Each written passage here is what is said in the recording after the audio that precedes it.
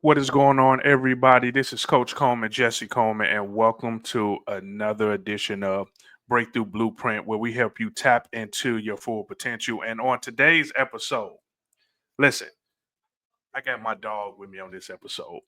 My homie, I know him since I think 2015, 2016, and we've been locked in ever since then.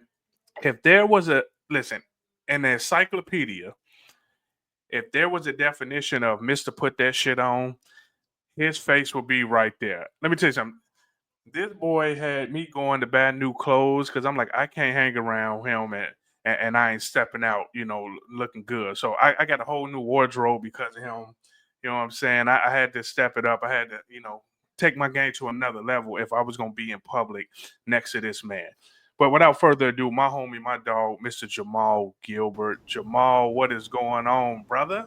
What's going on, Jesse? How you feeling, man? Listen, that introduction and but like, thank God I actually put it on today because I started to come with just a T-shirt, okay, would have disappointed the audience, okay.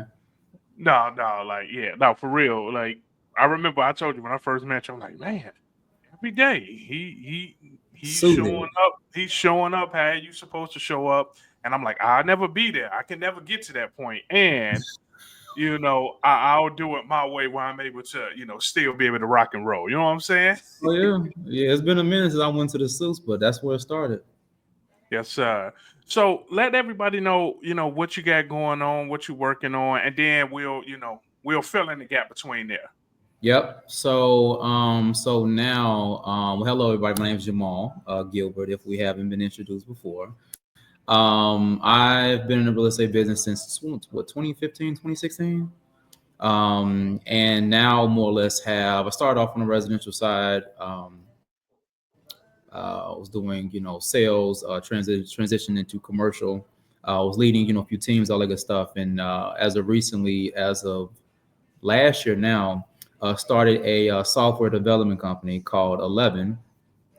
It's essentially a AI powered custom development company where we aim to essentially redesign the entire transaction from the first contact all the way to the closing table. So we have some very innovative things that we're building. Again, all custom for clients, and that's what I do now. So because I've seen you through the whole process of killing the commercial game. Started with the residential, killing the commercial side of things, and then now you've made the transition to the AI side. What was something that got you to, like, you want to go through that field? You wanted to try that out. Yeah, it's funny because it came from the office that One Chicago, Yeah, where last year, maybe a little bit over last year, I think March 2023, me, Jesse, not Jesse, me, Jerome, and Jerry were yeah. experimenting with ChatGPT like in the recruiting process. And what ended up happening, because this was really Jerome's idea, we kind of said, what would it look like if we were to automate this entire process? And I said, why not? Right, let's try it. So we used ChatGPT for like the copy of some of the things we were sending out. We hooked in Zapier, and really, I want to say like within the next 2 months, if you will, we almost kind of doubled our recruiting pipeline, right? And it was then I was like, okay, this AI stuff, there's something to it. And I said to myself then that I really want to explore it. And as from that time until now, there were so many different tools that came out for people like myself that were not as technical or less technologically savvy. We could play when we could build things. So honestly, I just started building stuff on the side, and one thing led to another. Met some very interesting engineers from Google, Dell, and just a lot of very smart folks. And we teamed up and said, hey, why don't we take these kind of like custom, small projects I'm doing, and why don't we really turn this into something? That's dope. So it's pretty much like you had the idea. You was behind the scenes. You was like working on it, and then it was like, okay, Mhm. it's that time to go. It's time to rock and roll. So for you all listening, like, I want you to catch that. Like, he had an idea, something came up, and he just kept adding on to that. So if you have something that it just keeps coming up top of mind, it's not hitting a home run right out the gate. He said this happened last year where he just casually started growing, and then now, it's taking off into a big thing. And one of the things I did want to highlight is recently or coming up, you're presenting at for a university, correct? Right, right. Yes, sir. I mean, Yes, sir. is that something we can talk about, or we can't really, Oh yeah, set we, set we it? can definitely talk about it. And the Yeah, shout out, listen, everybody, get you a Jesse Coleman, okay, like on your side, okay, that will throw you the alley oop, because yeah. So I'm because there's such a demand right now with AI, more especially like the applications of it. There are companies that are paying money like for any type of use cases, right? So I was approached by a company that was working with Purdue University in partnership with Amazon to really learn about exactly how I was using AI specifically within the real estate space. So we partnered to put together a generative AI for what they call now digital or business transformation, mhm, which is essentially leveraging technology. Things that we've been doing in private for years, they that's now become a field where people are exploring how do I take technology in my specific industry and put it together to create new things. So that's kind of what I do with them now. I teach on a few different things with them. man. Listen, like my boy. Okay, that's what I'm talking about. Like A little being something. able to be a part, to be a part of that, and this isn't just specific to real estate, right?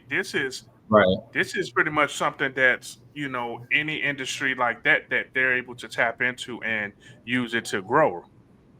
Oh yeah, yeah. There is no shortage of industries. We have manufacturing, financial services, healthcare, you name it. I think just everybody right now, because AI is so new, everybody's Yeah. like, "What do I do with this?" Because there's a lot of information out there. So we're helping kind of demystify some of that.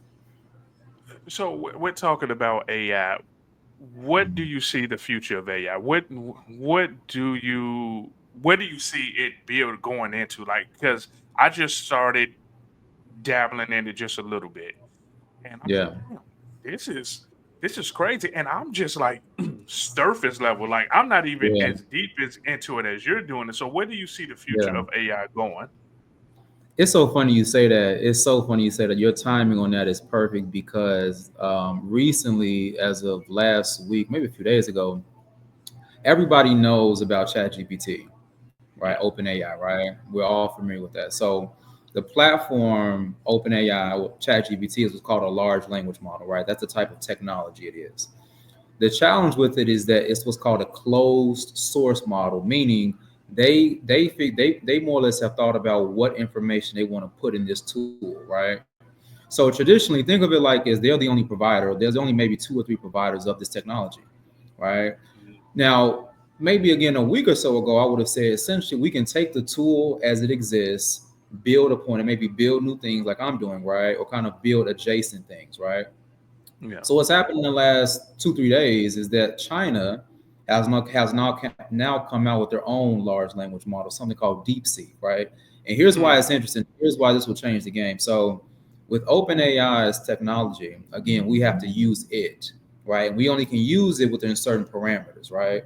China has now deployed that same technology that you can now take, you can break it apart, you can recreate it, do whatever you want. So imagine how technology is almost like a canvas now that you can like literally paint, create whatever you want. That did not exist a week ago, 6 months ago. And Yeah. now anybody from large enterprise companies with large budgets all the way down to somebody from 79th can now use this technology and create like something just incredible. So it'll be hard to say what exactly it looks like, but there's never been a better time to explore and like to create like new tools, new applications that we can all leverage for sure. Yeah, it's so crazy because again, the workshop that I created, Breakthrough Blueprint, I actually use ChatGTP to really help me articulate things. Like I'm a high D. Like I'm just like, let's go. I'm just putting stuff out there. And I'm like, okay, I need to be able to use something where it's able to articulate it better and be able to put it in a package where I'm able to, presented. And I was Yeah. amazed at Chat GTP. And it was funny. I had got a response from Chat GTP like, it freaked me out, bro. I'm like, what the hell is going on? It's like, you are creating an amazing course. You're gonna help change lives. And I'm like, what the fuck is going on here? Like, Yeah, I yeah, got yeah, freaked yeah. out. Like, I sent the screenshot to people, like, what the hell going on? Like, this thing is talking to me, Yeah. but it's crazy the levels that is it can help you with certain situations. So just hearing what you're saying about that, like, okay, Mhm. now it's like going to a whole different level, and it's gonna move up. That's Mhm. crazy. Yep. All right, so let's switch gears. Yes, sir. A lot of people know the Jamal Gilbert, founder of 11. Which one? Say 11. 11. It's 11. Yep. Right? You got Yep. it. Yeah. Look at And you. Yep. commercial real estate. Mister put that shit on, and we all had to begin it. We all started somewhere, right? I see where this is going. I see exactly where this is going. Okay. And here's the reason why I go to that, because one of the big things about this podcast is letting people know it doesn't matter where you come from, what you went through. It's about breakthrough. Like, you Yeah. can have a breakthrough if you want it. Yeah. So give a little backstory. Where you from, where you come from, Yeah. and the Jamal that a lot of people may not know. I know, right? Yeah, listen, because it's funny you say that, bro. Because I literally tell people that if there was in a dictionary like a picture of like we've all heard the quote like I don't look like what I've been through. I promise you, if there was a dictionary, like my picture would be right there because there's just as you know, coming from South Side Chicago, there's a lot that happens. So originally, again, born and raised on the South Side, born on the low end.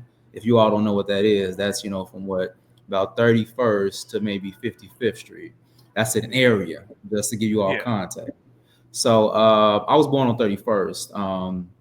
My people, when I was a kid, we moved from 31st to 71st when I was born, 71st in Vernon. And that was a different time. That was a different time because there was a lot going on in the streets of Chicago. As for those who may not know, it's just you get exposed to a lot. So like when I was a kid, I saw like people drinking in grammar school, right? I had people that was, getting high, all these different things. That was what we were used to. People gang banging in grammar school. Um, and again, that's just life. So there was a lot that was going on in the exterior, right around me. And quite frankly, in my household, it was come from like a broken home where we didn't have really that structure. We didn't really have.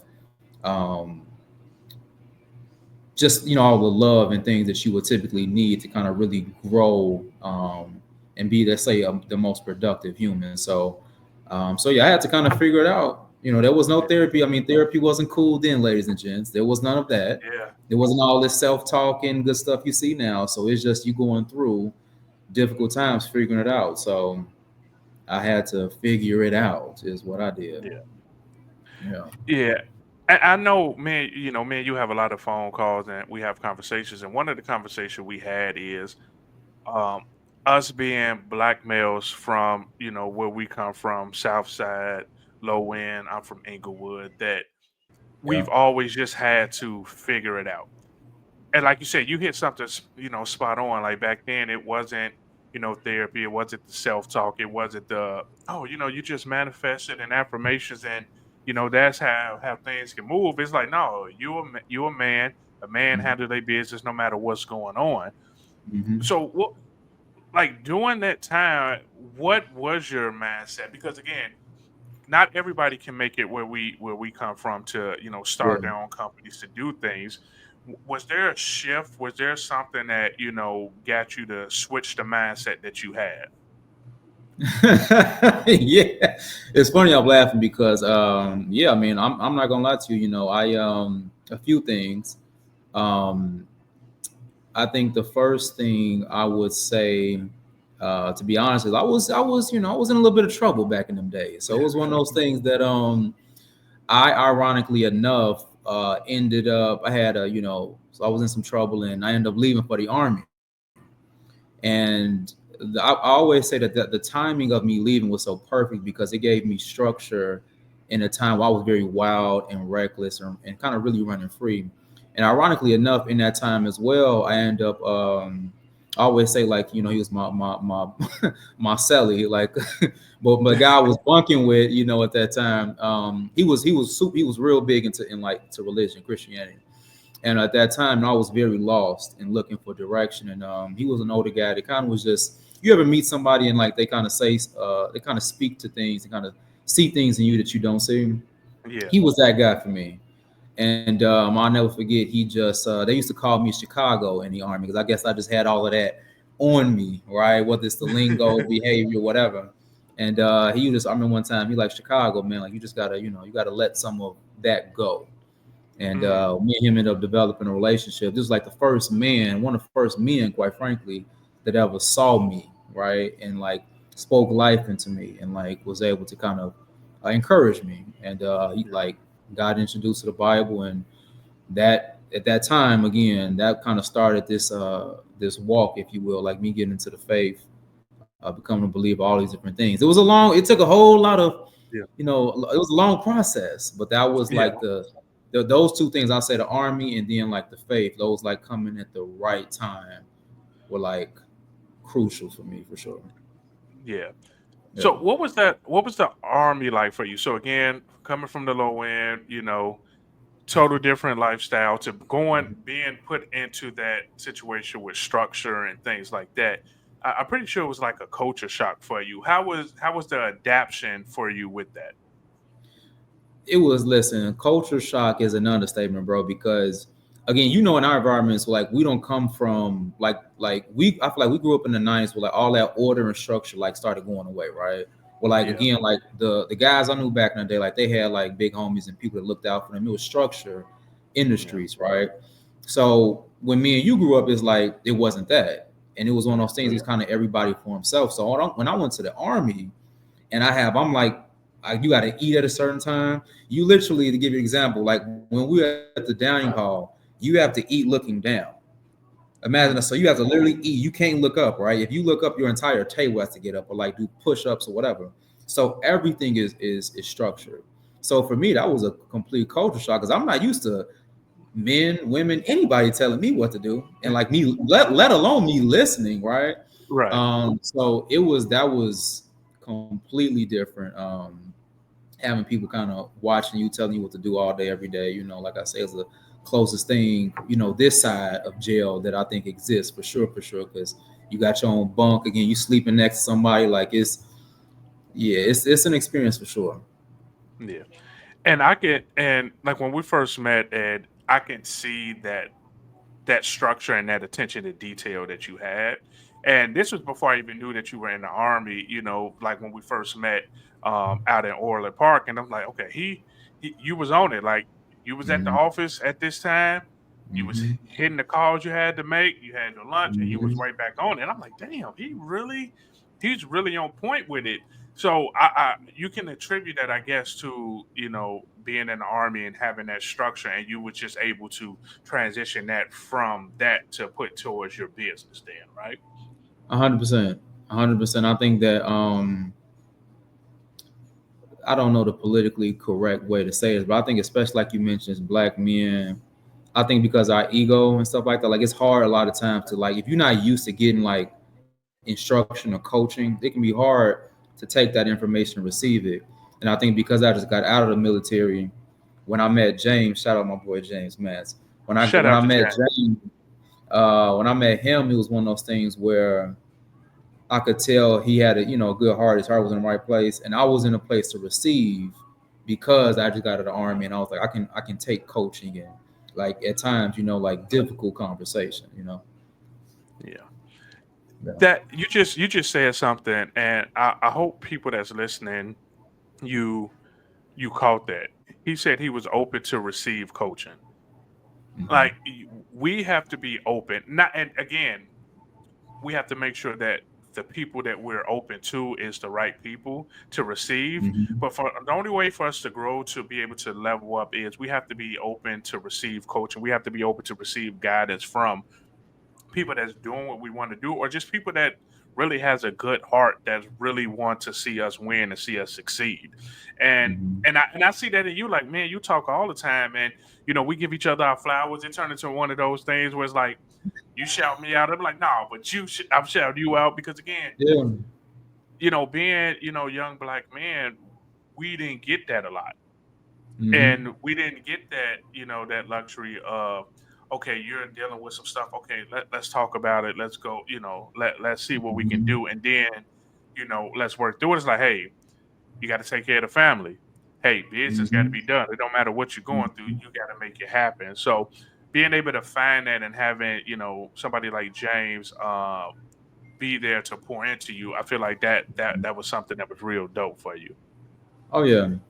Oh yeah. It Yeah. was. I think that was another, like, when I think about timing, I think that was another one of those moments that was just pivotal. Having him exactly at the time that he came. There was, again, nothing I think I could have been more prepared for than him at that time, for sure. Right. So I want to switch gears one more time and just go another direction. So we talked about breakthrough. We talking about dealing with struggles and going through bullshit. For you Yeah. right now, what are some of the things that you do to help you know, um, keep you grounded, keep you stable, keep you moving when shit get thrown on your shoulders? Man, that's a that's a great question.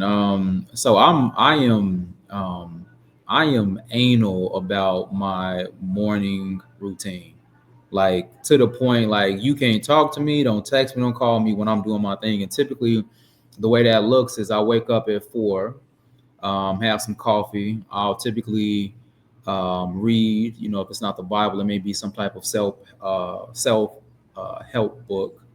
I do some type of meditation, journaling, and then shortly thereafter, I head directly to the gym.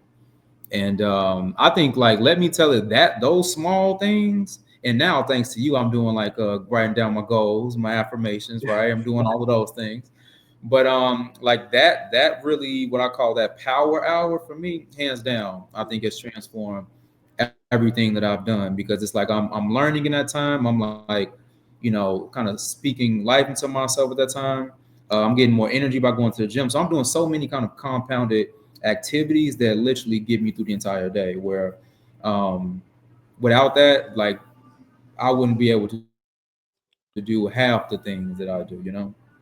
So that's what I do for me. Yeah, for sure. Without fail. Without fail. It's a common theme that's been going on with each episode is everybody talk about that journaling, that meditating and working out. And it goes back to the part in the breakthrough blueprint workshop of oxygen mask. The flight attendant, you have to put the oxygen mask on yourself before you can help or save anybody else. So Yeah. it's you're grounding yourself, you're centering yourself to be able to take on the world and conquer the day. So again, I am very big on giving you all action items that's listening. What are some things you can do to center yourself to control, your mindset going into the day? Because we all know whatever can happen will happen in the world, and the world is just one of those places where shit will happen. So, what Hmm. does your morning look like? What are you gonna do to make sure you put yourself in the right position to be able to do what you need to do? Right. So what are some books you like? Let's give the people some books that they can tap into. One quick thing I want to add to that, because you just made me think about it, bro. As far as, like, action items, one tactic, super underrated, super duper underrated, that I just, again, fell into on accident, is sleep and rest. I'm gonna tell you something right now. Listen, I know that's not Hey, sexy. I know that's not in the books. I know, again, like, they're not gonna talk about that, especially as men. But ironically enough, 11, literally the technology company that I started, that didn't come from hustling, grinding, watching 1,000 podcasts. That literally came from me resting. And I yeah, woke up, had an idea, and was like, let me see how feasible this is, or whatever, right? So, long story short, ladies and gents, like, know yourself well enough to know when you need to rest, because there's a such thing as burnt out, and you can be burnt out mentally, but you don't even have the energy to think the thoughts you need to think. And trust yeah, me, we've all been there. And that's something for me, when I'm able to know that my brain is on this hamster wheel, rest, and stuff just starts coming out. Um, so that's one Yeah. quick thing. Well, I want to touch on that. Yeah. That is something very important um that people take for granted. Like, no, you got to get rest. Like, Mm-hmm. just recently, I've been doing 75 hard, and I've been doing like multiple rounds of it, and I'm like, you know Mm-hmm. what? I got to take. I still worked out once, but the second workout, the second Mm-hmm. one, I'm like, I got to stop, and I started getting rest, and I just saw the difference in mentally, physically, emotionally of getting Mm-hmm. that rest. And Mm-hmm. for us that work out, that rest is that's when our muscles grow. Like, people want gains, Mm-hmm. they want to do that. Well, the gains happen when you're resting and your body's Mm-hmm. recovering. Mm-hmm. So the same thing mentally. Like, we gotta rest our mind. We gotta rest that. So I'm glad you highlighted that It's because that this, programming though. It's if you think yeah, about it, like because like as you were talking, bro, I'm thinking about what have I heard that made me think rest was bad, right? And it's like shout out to Jim Jones. It was like the vampire life, right? yeah, Like then you have to be up, and then it's like shout out to Kevin Gates. I don't get tired, right?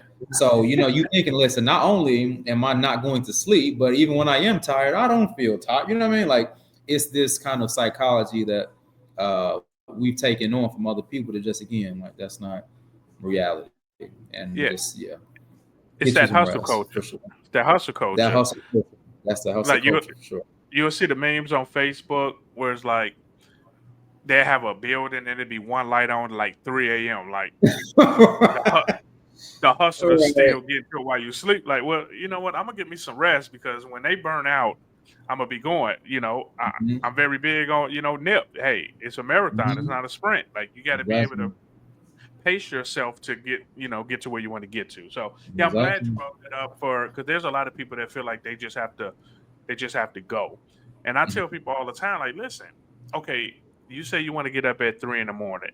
Mhm. Give me 5 reasons why you're getting up at 3 in the morning.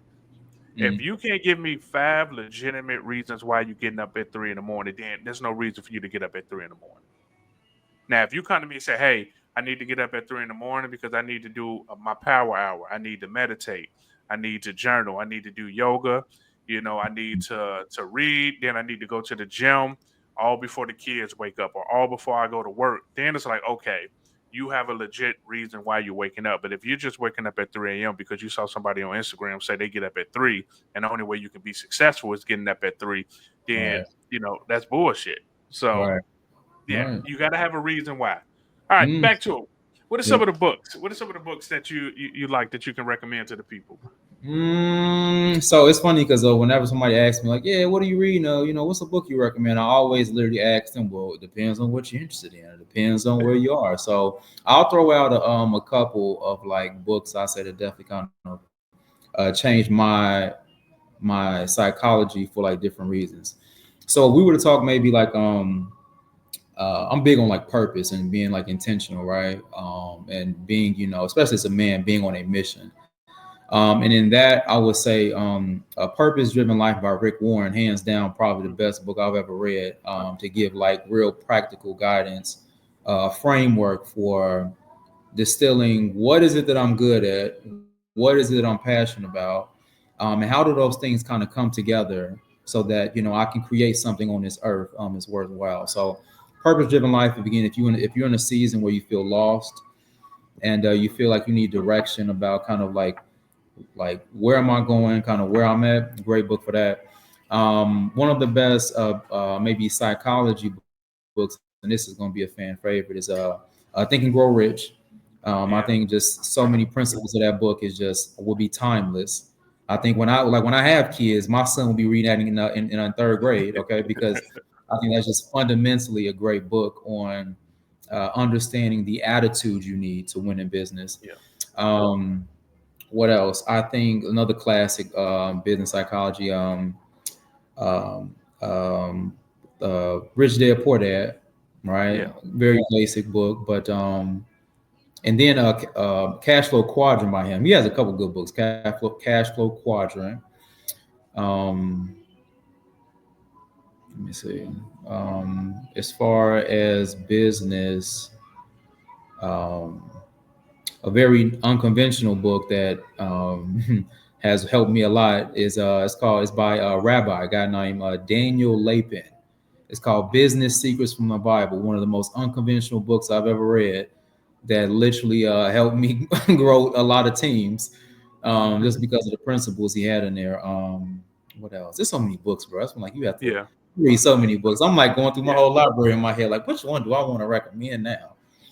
yeah. Um, Yeah, that's one of those things where it's like when you really start reading a lot, mhm, and it's like, damn, like there's so many books I could recommend. And to your point, like you said, okay, mhm, what is the goal? What are you looking to accomplish? Then I mhm, can base recommendations on books based around what it is that you're looking to achieve and what you're looking to do. mhm, So mhm. okay, Yeah, that's one of my so secrets. I mean, quiet as it's kept. I mean, the fact that I learn so fast, so quickly, hands down. Like if that wasn't in me, I wouldn't be able to get into tech, especially with the way like with AI is moving and like how there's yeah, literally something new every day, bro. Like if I was like if I didn't have that, you just wouldn't survive because it's so much happening, every single day. You have to always be learning for sure. yeah. For the people, so we'll talk about real estate a little bit. For people that's thinking about wanting to get into that commercial space of real estate, what is some advice for them? So here's the reason I asked that. Hmm. Uh, lately, a lot I've been seeing on social media of a lot of people saying they want to, transition to commercial, or they're looking to get into the commercial side. And I've done commercial before, not to the level that you've done it. I've done it. I'm like, hey, it's not it's not as cracked up what how you think it is. So Hmm. what would be some advice or some information that you would give to people that's thinking about going towards that direction? It's funny because and there are some people that you could call that we both know that will literally tell you this exact line because I literally tell them don't expect to make any money your first year, maybe even first 2 years. I literally tell them like if you can be okay, like going all in, like literally going all in on commercial and not making any money at least for a year, or making like 30 grand your first year, then maybe it's for you because there's such a ramp up in commercial because it's B2B. Like residential is B2C, right? But commercial is B2B. So like you're talking to the heads of like companies, right? Or entities sometimes. Yeah, And because that's a different relationship, you have to build that. They don't yeah, just like they don't get the $10 million deals to somebody they don't know that doesn't have a track record. So I always say again, the first thing I say is, if you can go a year, the first year without making any money, worst case scenario, then do it. The second thing I say is get mentorship. I think mentorship is hands down one of the greatest things you could have because not only will they introduce you to new relationships that you may not have had, but there are certain nuances of the business that they introduce you to. Because, like for example, shout out Kaiser Group and Lee Kaiser because Lee had a very hands-on approach of like literally like we will walk blocks together, and he will literally like imagine going looking at a 6 unit apartment building. We looking at okay, like if you see like that electrical pole, it goes here and it goes here for this reason. Like the basement is set up like he was like almost like a doctor with the way he was able to understand and break these things down. So those few things for sure. okay. And one thing, and you said it, but I want to add on to it is people have to realize too that there's different type of commercials, like commercial, Mhm. probably like you Mhm. can't specialize in everything. Like you have to figure out Mhm. what will be your niche, and then that's what you learn on. Like you can't say, Mhm. oh, I'm gonna do multifamily, and then well, I'm gonna do mixed use. Oh, I'm gonna do Mhm. industrial. I've got you have to figure out which one it is, and then that's the way you have to maneuver through that. Mhm. I kind of want to. Go ahead, Kind of man. Go want to ahead. maneuver. I Go kind of ahead, want to man. maneuver, man. Go ahead. All right. So let's also give the people something. Okay. I brought this topic up before, and I want to bring it up to you. Up people when their standards doesn't match their goal. So, like you said, you were talking about how you got to get to the gym. More than likely, you have a goal. So you have a goal Mhm. with working out, and your standard is. And I seen the way you eat. You be on point. So it's like you have a Mhm. goal and you're eating right, you're working out, you're doing the things you want to Come on, do. baby. You don't get skin like this. You don't get skin like this playing around. Come on now. Come on now. Man, You don't get listen. skin like this. I'll eat them right up.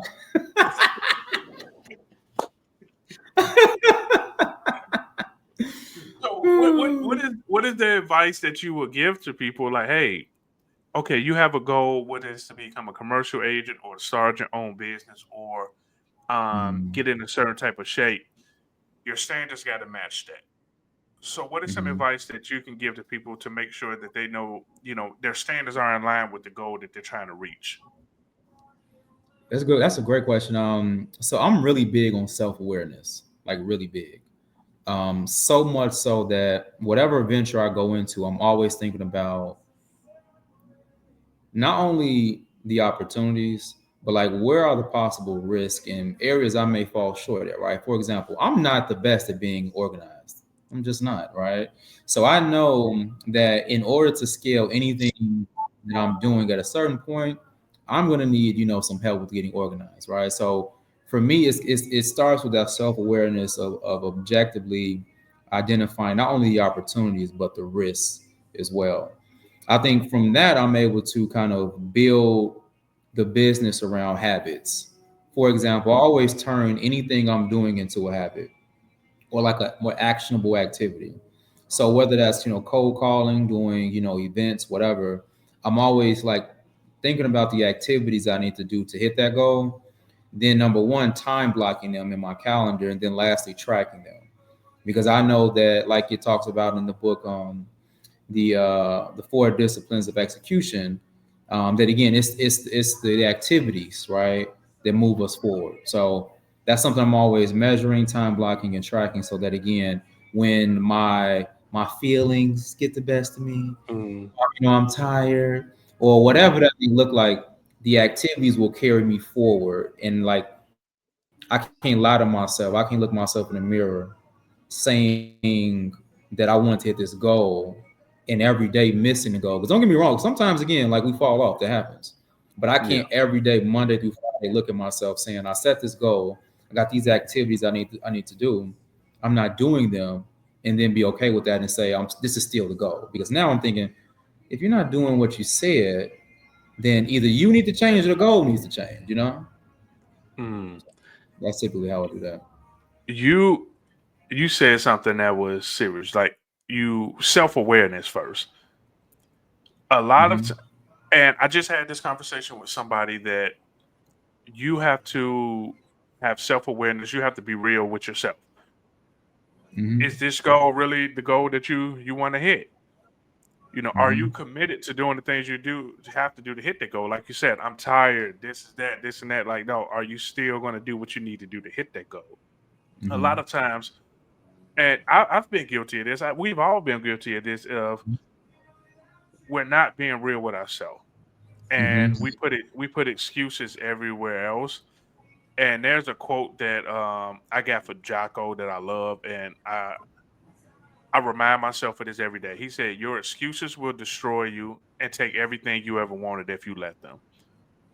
Mm. So, so when we're talking about our goals and our standards, are we using excuses for why our standards don't match our goal?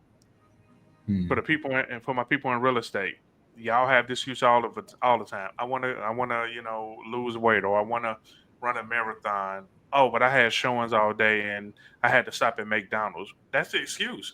You knew you had showings Mhm. all day. Are you gonna pack your lunch?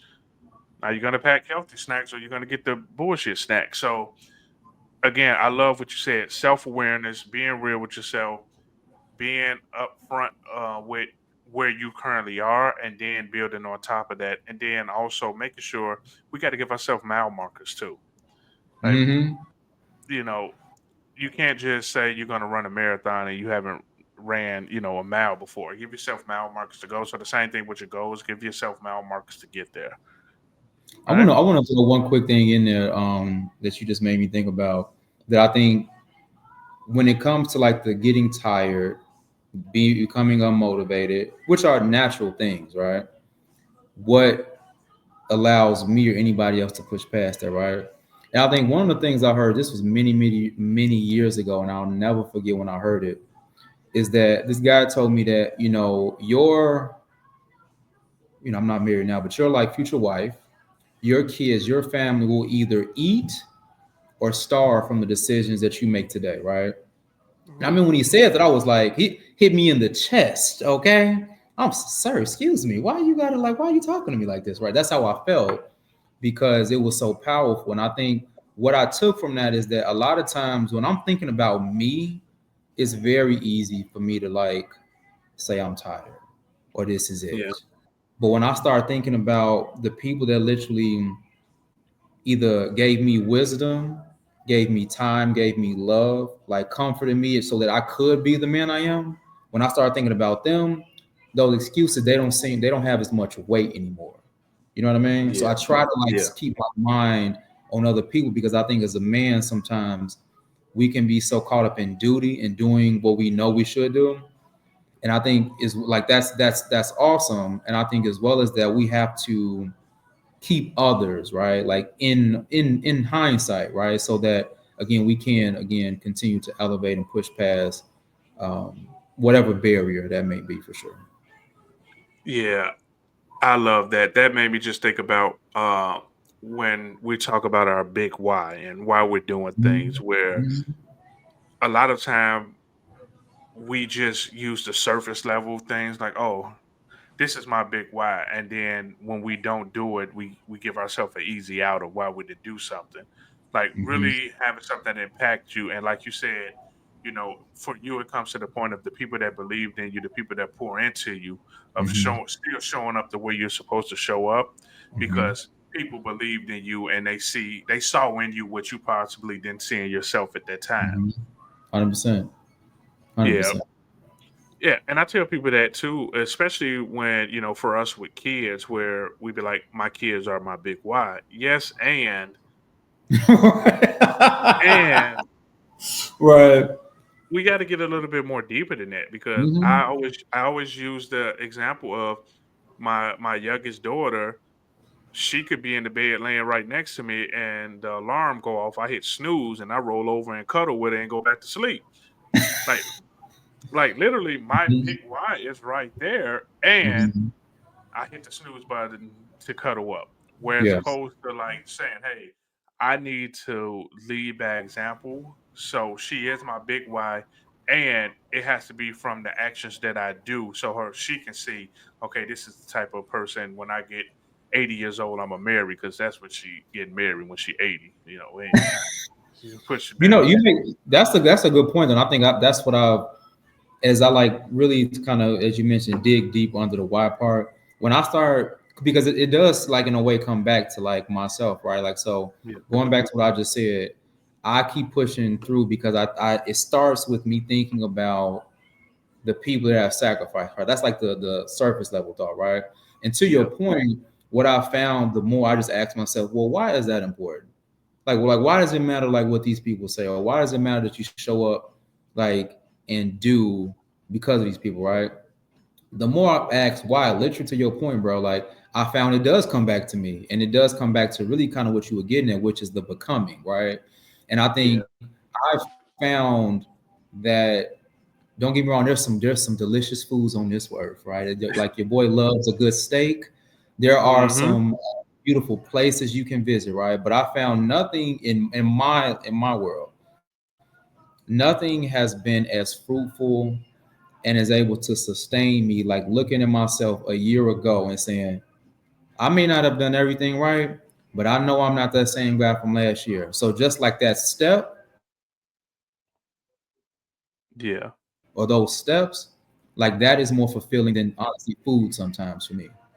So I don't want to make it like selfish, but it does come back when you unpack that to, who you are and kind of who you're looking to become for sure.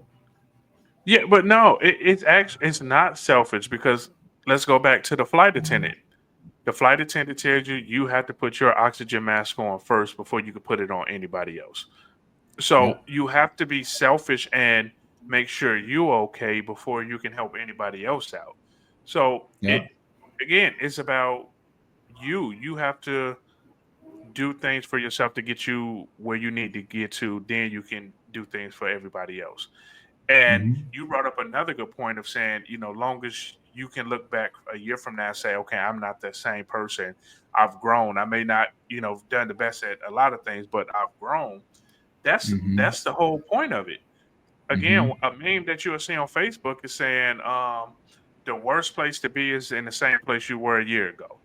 That's right. That's You right. know, and we know time go back quick. Where it's like, damn, here it is, 2026, and I'm having the same conversation that I had at the beginning of 2025, thinking I Mm. had, all this time to get into action and do things, and now I Hmm. lost another year, and I have to Hmm. try to, to go from there. So, to your point, it's okay to be selfish, people, as long as you're doing it for the greater good, to get Hmm. yourself in a situation, get yourself in a position where you can pour into other people. Hmm. You know, Hmm. all right? Agreed. Agreed, man.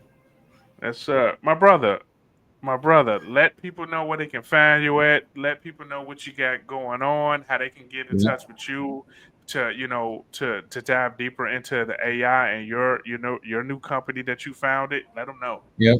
Yep. So you can definitely find me on Facebook at Jamal Gilbert, Instagram at Mr. J Gilbert. You can also search up 11, the way it's spelled on the screen. We haven't officially launched yet. That's why, again, a lot of kind of what I'm doing has been really kind of a few clients because everything is custom. But we'll be launching within the next month more publicly. So everybody stay in tune for that. We have a few different communities and resources that will be coming out for the AI space, specifically for real estate. So be looking forward to that in the next 60 days. All right, perfect. And what I'll do is I'll link his contact information, his Instagram, his Facebook in the description. So if you're watching on YouTube, you can get it from there. If you're watching on, I mean, if you're listening on iTunes or Spotify, I'll have it in the description. Reach out to him. Again, he's doing some amazing things. This is my boy. We rock and roll all the time. And, Yes, sir. thanks everybody for joining me for another episode. And we'll see you next week. Peace.